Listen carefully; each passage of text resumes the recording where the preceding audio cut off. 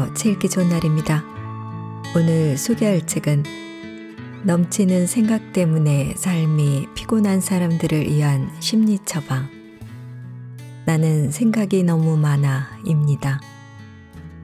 지은이는 크리스텔 프티콜랭, 옮긴이는 이세진, 발행은 부키입니다.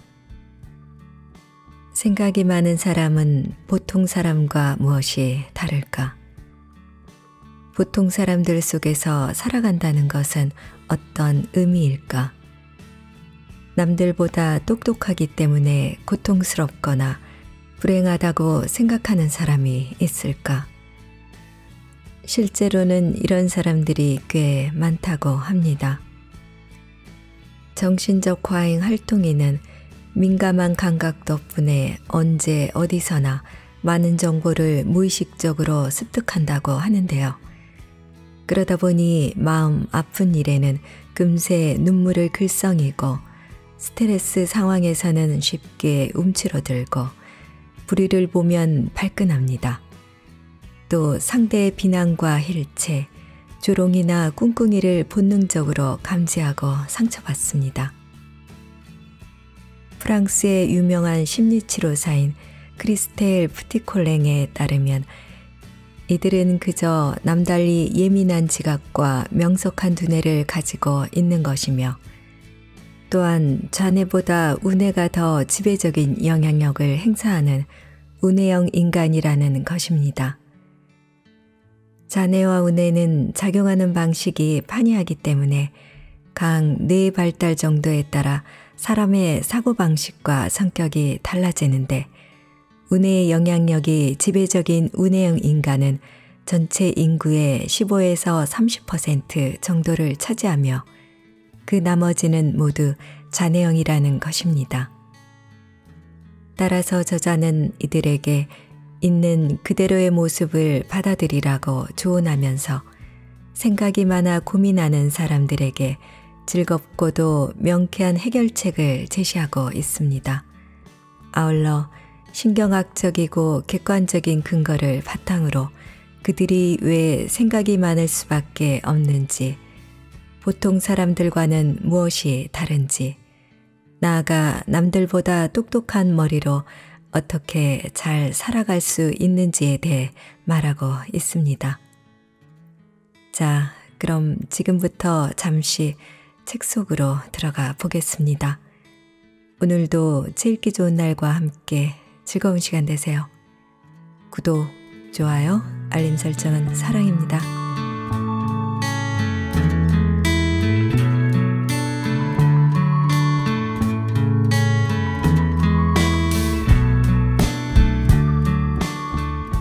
우리는 오감을 통해 정보를 수신한다. 알다시피 우리 중에는 가는기가 먹은 사람도 있고 시력이 떨어지는 사람도 있다. 그런데도 우리는 모두 현실을 똑같이 지각하는 것처럼 생각하곤 한다.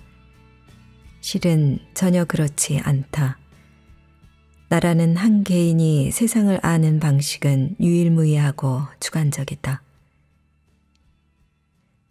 10명을 한 조로 묶어 똑같은 집을 보러 가게 했다.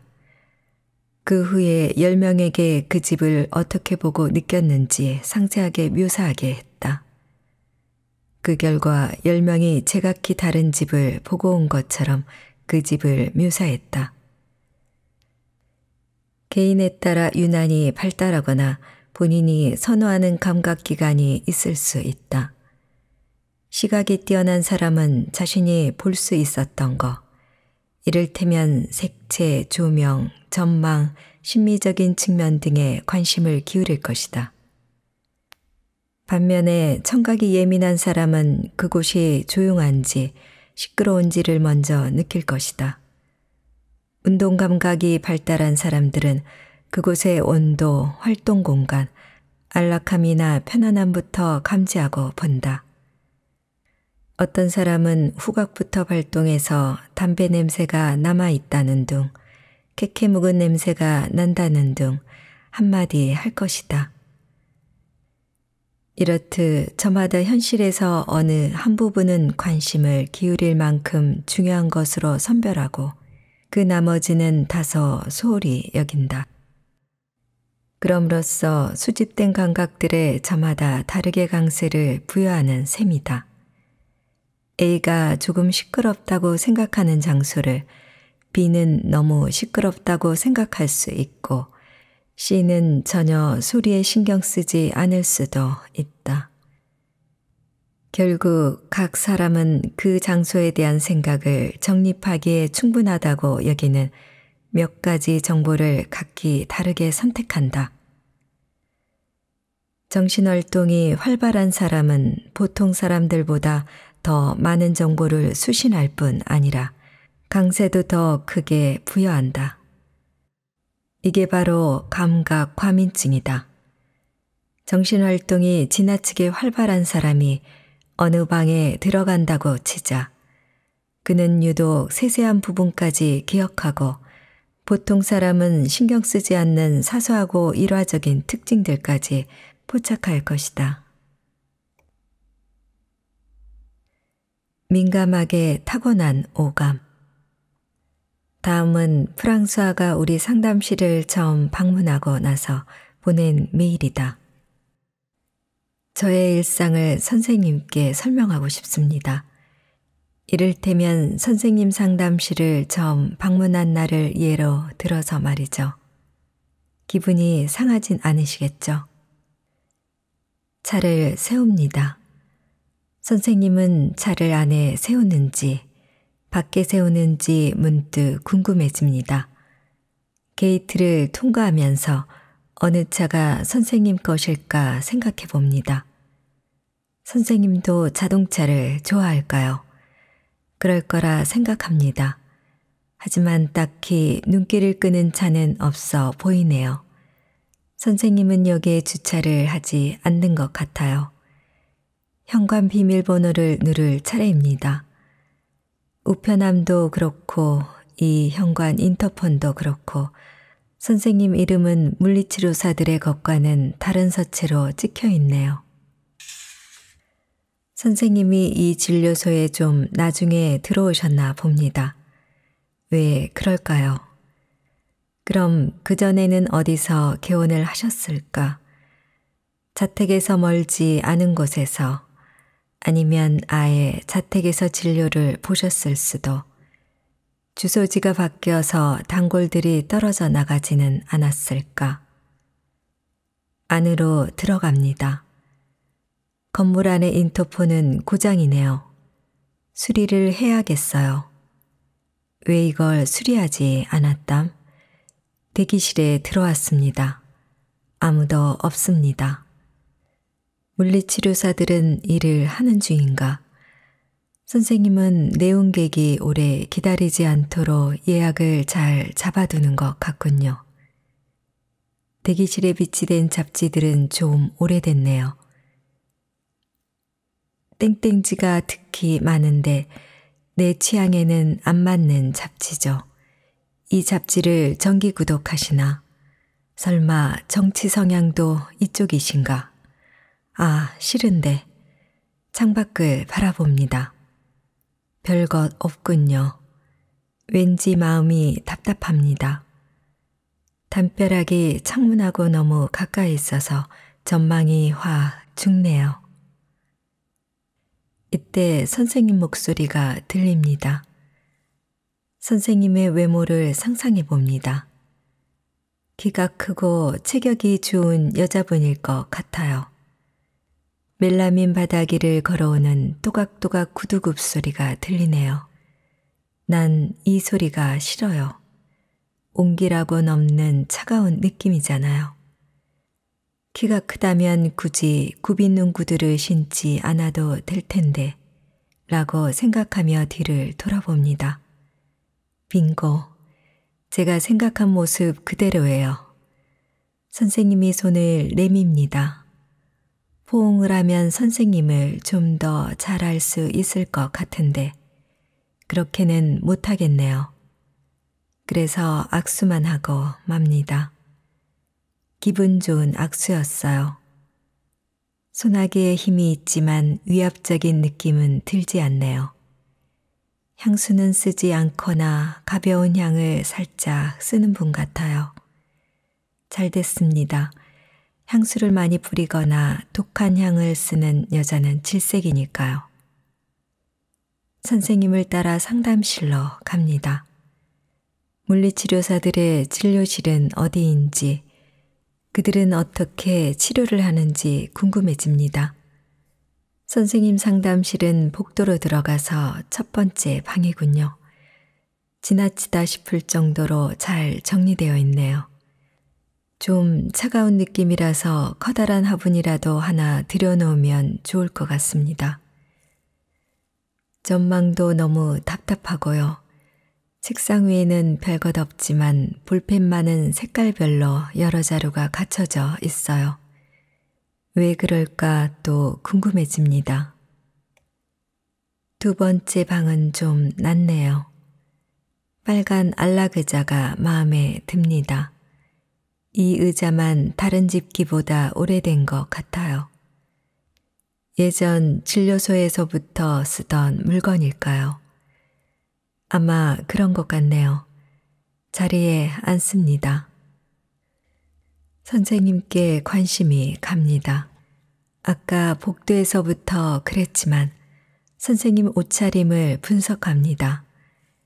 여러 색깔의 광택이 있고 전반적으로 몸에 붙는 스타일이네요.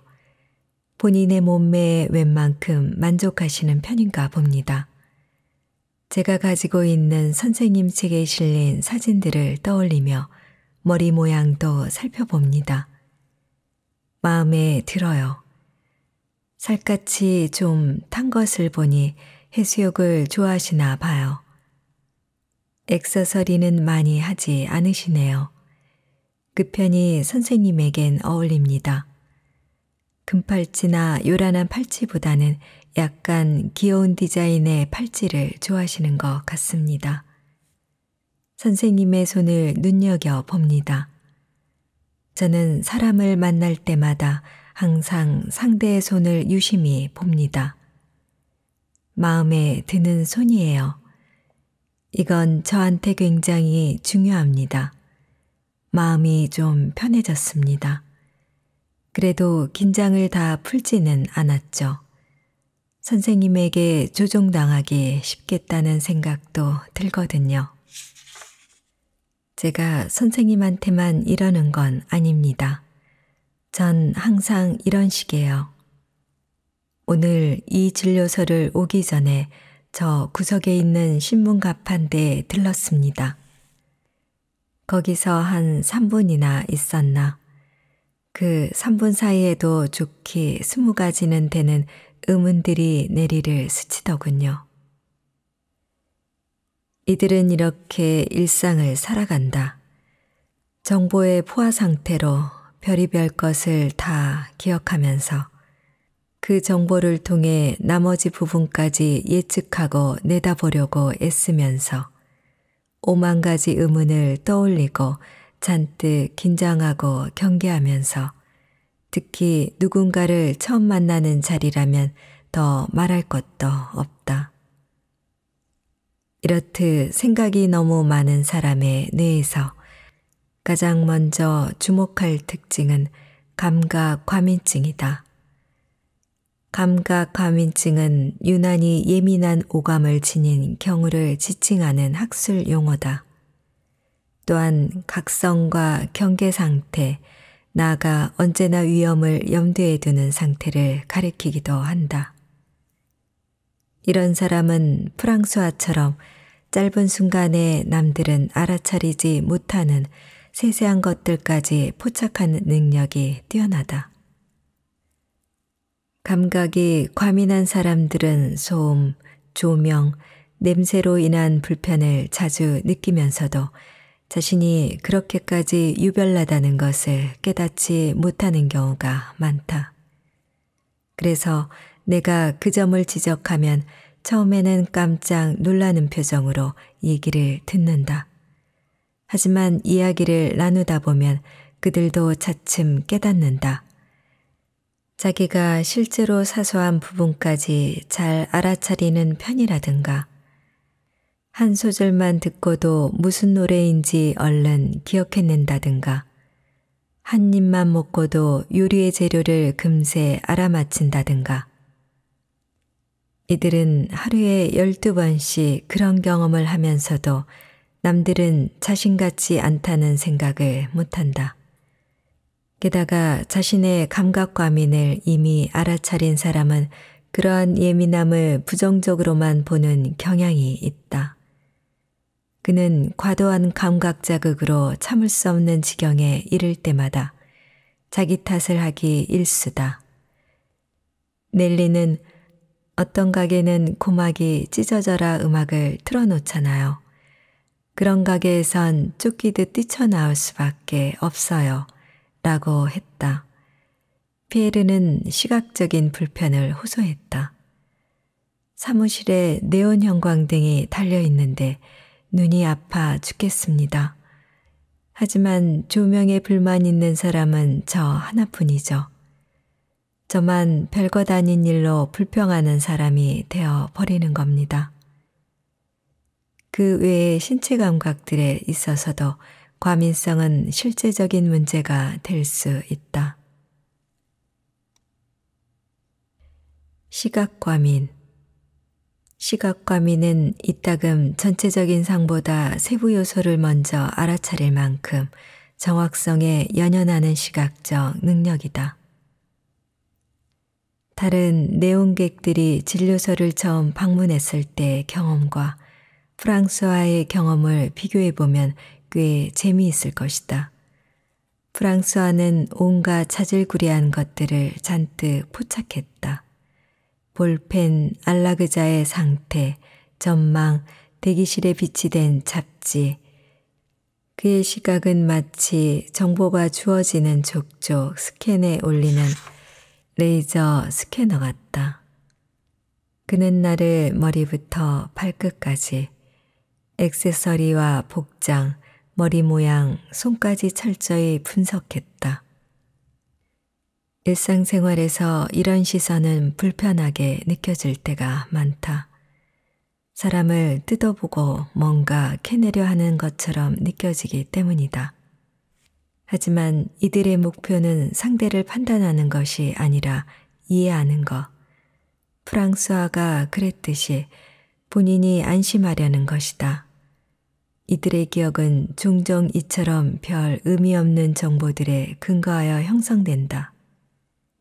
시각과민의 또 한 가지 측면은 빛에 대한 민감도가 아주 높다는 것이다.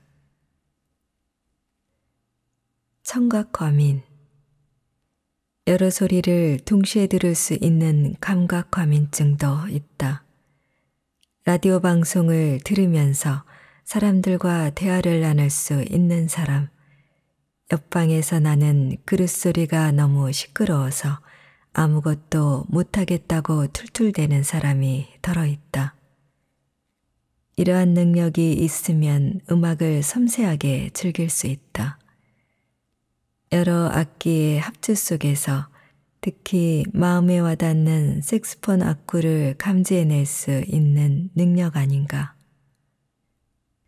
그러나 밖에서 잔디 깎는 기계가 털털거리는 소리가 귀에 거슬리는 사람이 자기 혼자뿐이니 달갑지 않은 능력이기도 하다.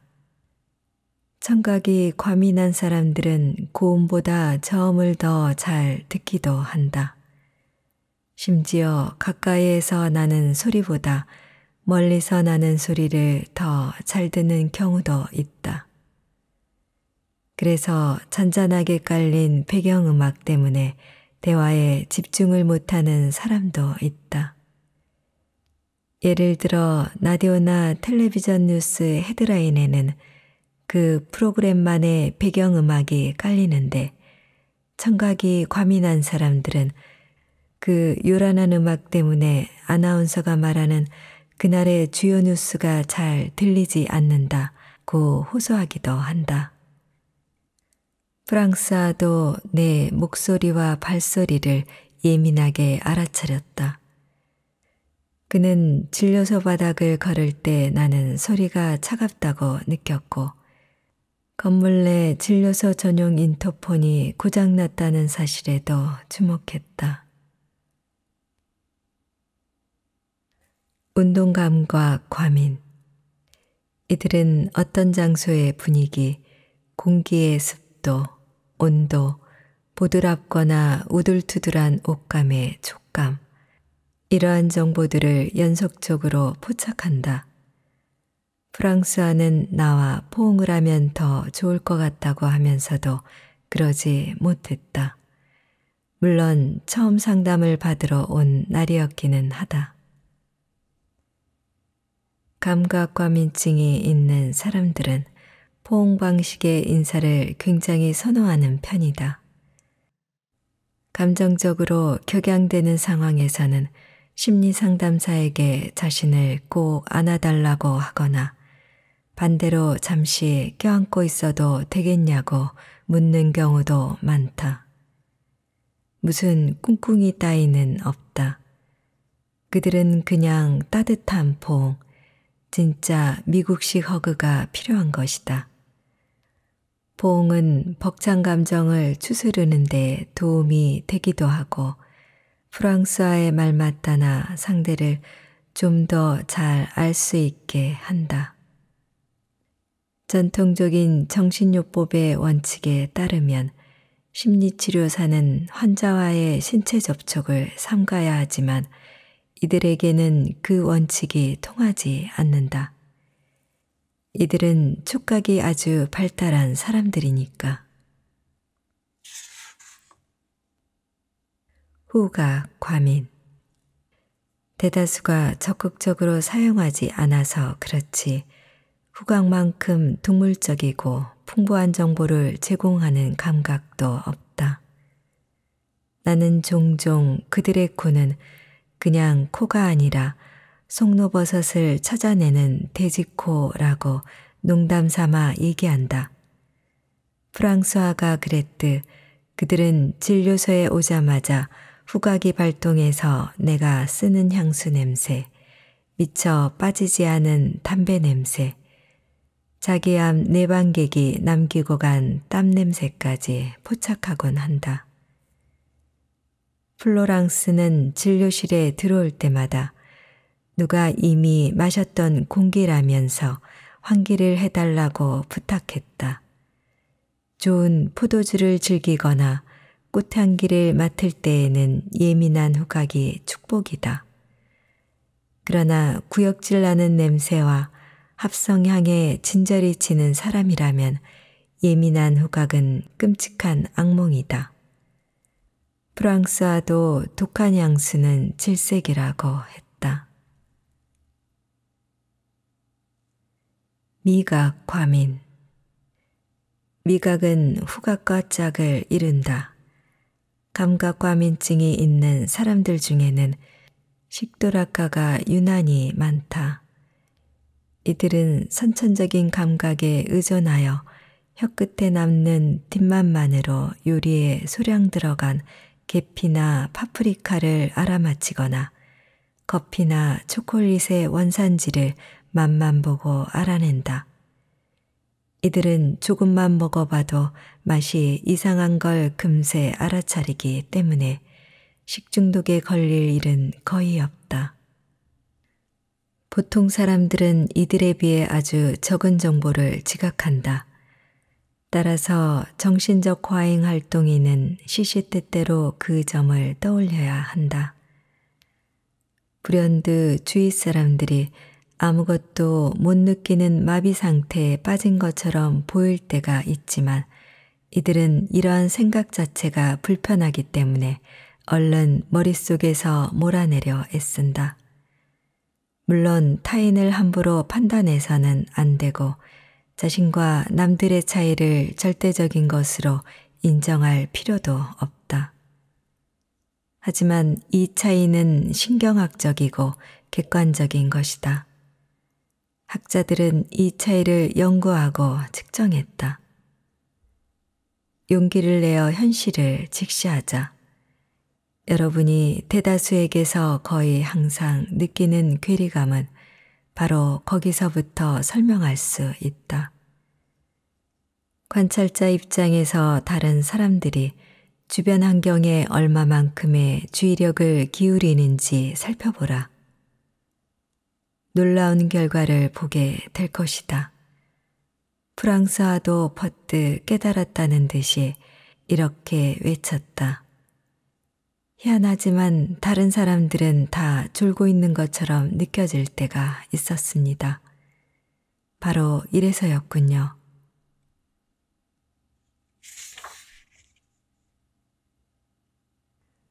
보통 사람들 속에서 살아간다는 것. 정신적 과잉 활동인의 정신 상태나 기분 변화는 보통 사람들을 당혹스럽게 한다. 앞에서 살펴보았듯이 보통 사람들은 다른 사람들에게 크게 감정이입을 하지 않고 그들의 정신 구조에는 다각적 사고방식이 잘 안 맞는다. 그러니까 그들은 자기들이 가장 잘할 수 있는 것을 한다. 그게 바로 판단과 비판이다. 나는 보통 사람들에게 비판이 꼭 부정적인 의미만 띠는 것은 아니라고 했다. 비판은 개선에 도움이 된다. 따라서 그들은 어디까지나 선의에서 혹은 파괴적인 여파를 미리 생각지 못하고 비판을 할 수도 있다. 그런데 정신적 과잉 활동인의 인격을 더욱 풍부하고 생산적이게 하는 요소들이 보통 사람의 가치 기준에서는 부정적인 취급을 받는다. 정신활동이 유별나게 활발한 사람이 미성숙하고 불안정하고 맹하다 싶을 정도로 순진에 빠졌다는 말을 듣는 이유가 여기 있다. 그는 너무 의문이 많고 감정적이고 쓸데없이 인생을 복잡하게 만드는 사람이라는 소리를 듣는다. 보통 사람들은 그가 이것저것 건드리고 여기저기 끼어들어 번잡하게만 굴지 제대로 하는 건 하나도 없다고 흉본다. 정신적 과잉 활동인이 가장 힘들어하고 고통스러워하는 부분도 항상 자기가 하는 모든 일이 부정당한다는 데 있을 것이다. 확실히 이건 사람 미칠 노릇이다. 그들은 위험을 부정당한다. 그건 내 생각일 뿐이야. 왜 근거도 없이 두려워하는 거야? 감정을 부정당한다.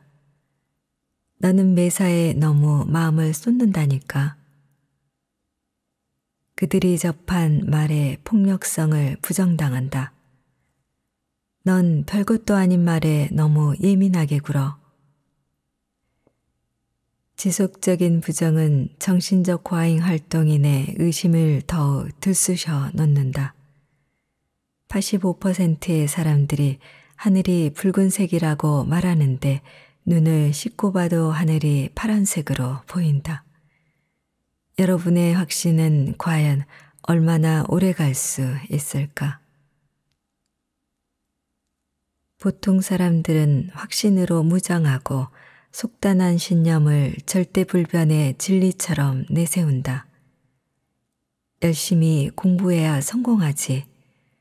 그나마 이런 말은 괜찮다.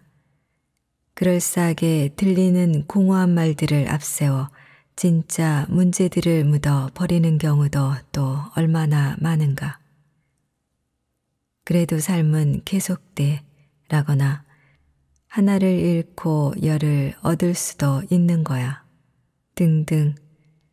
그래 놓고는 자기 지혜에 취해서 정신활동이 유별나게 활발한 사람에게는 적용될 수 없는 막연하고 거만한 조언들을 늘어놓는다.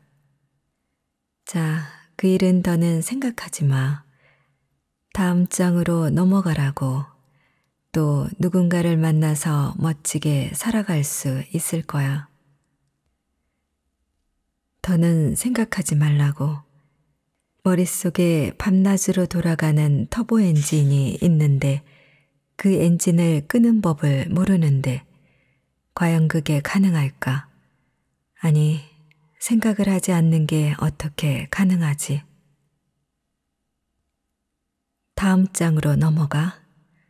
보통 사람은 이별을 어떻게 느끼는 걸까? 가벼운 부스럼이나 찰과상 정도로밖에 여겨지지 않나?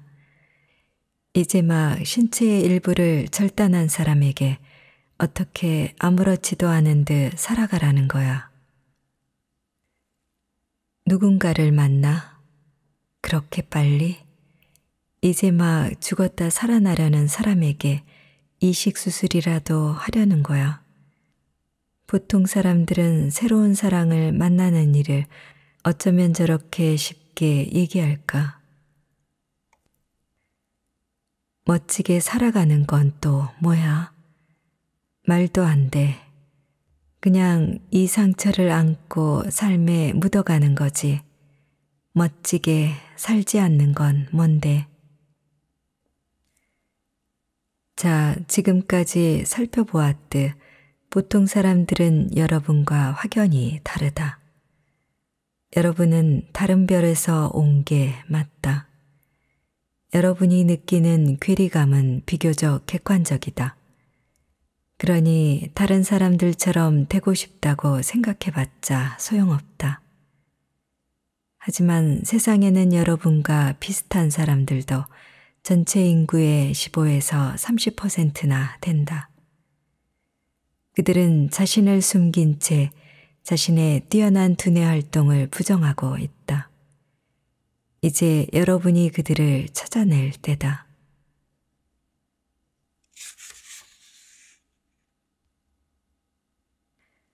나와 잘 살면 모두와 잘 살 수 있다. 고독은 선택사항. 나쁜 동행과 가느니 홀로 가는 편이 낫다라는 속담이 있다. 아스퍼거 증후군 환자는 이 속담을 문자 그대로 실천한다. 그들은 가까운 사람들조차 친입자로 여긴다. 아스퍼거 증후군 환자는 주변 사람들로부터 이해받지 못할 뿐더러 그들과의 접촉을 굉장히 피곤해한다. 하지만 정신적 과잉 활동인 중에는 아스퍼거 증후군 환자와는 정반대로 고독을 못 견디는 사람들, 홀로 가느니 나쁜 동행이라도 좋다는 이들이 있다. 그래서 일방적으로 피해를 입는 인간관계까지 감수하지만 그러한 관계는 결국 악몽으로 변하게 마련이다. 그러나 진정한 고독과 외롭다는 느낌은 다르다. 다른 사람들과 다르며 이해받지 못하고 있다는 느낌은 소통의 문을 닫아 버린다. 이렇게 사는 사람은 무리 속에 끼어 있어도 결국은 혼자다. 극단적인 경우에는 혼자 지내느니 학대를 당하는 편이 낫다는 사람도 있다. 그의 마조이즘은 어쩔 수 없는 자선, 잘못된 대안일 뿐이다. 여러분의 주위 사람들을 쫓아내고 여러분을 무력하게 만드는 심리 주정자와 함께 산다면 결국 가장 냉엄한 고독만이 기다리고 있을 테니까. 간단히 말해 모든 것을 꽁꽁 얼려버리는 인간과 사는 것보다는 차라리 혼자 사는 편이 따뜻하다. 사실 앞에서 인용한 속담을 바르게 고쳐 쓰자면 다음과 같다. 좋은 동행을 찾으려면 먼저 홀로 걸어갈 줄도 알아야 한다. 외롭다는 감정을 잘 길들여서 같은 편으로 삼아야 한다. 고독을 일방적으로 견딜 때는 불안하다.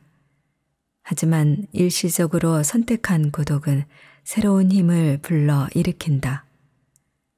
이것을 잊지 마라. 당신은 당신 자신과 결혼했다.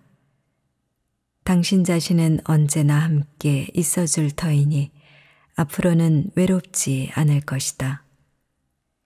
예민하고 생각이 많은 사람들에게는 버림받았다는 감정, 거부당했다는 감정을 관리하는 것이 관건이다.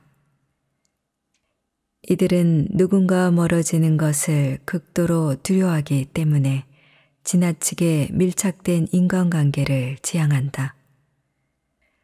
그러한 관계는 한 발짝 물러서거나 거리를 유지할 여지를 주지 않는다. 그렇다 보니 그들의 배우자나 친구는 말 그대로 숨이 막힌다. 정신적 과잉 활동인은 끝도 없이 인정받고 안심받고 싶어 한다. 그들은 상대가 절대적으로 자기만 바라보기 원하는데 이제 여러분도 정신적 과잉 활동인이 말하는 절대가 무슨 뜻인지 짐작할 것이다. 일반적으로 자신의 온전함을 회복하고 자존감을 고양하는 단계까지 오면 자연스럽게 자율성과 강인함이 더해진다. 이제는 고독이 두렵지 않을 것이다. 이젠 버림받을까봐 벌벌 떨어서는 안 된다.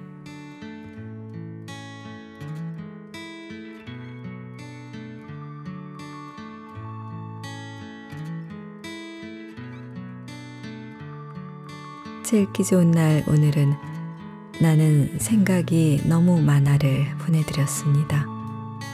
감사합니다.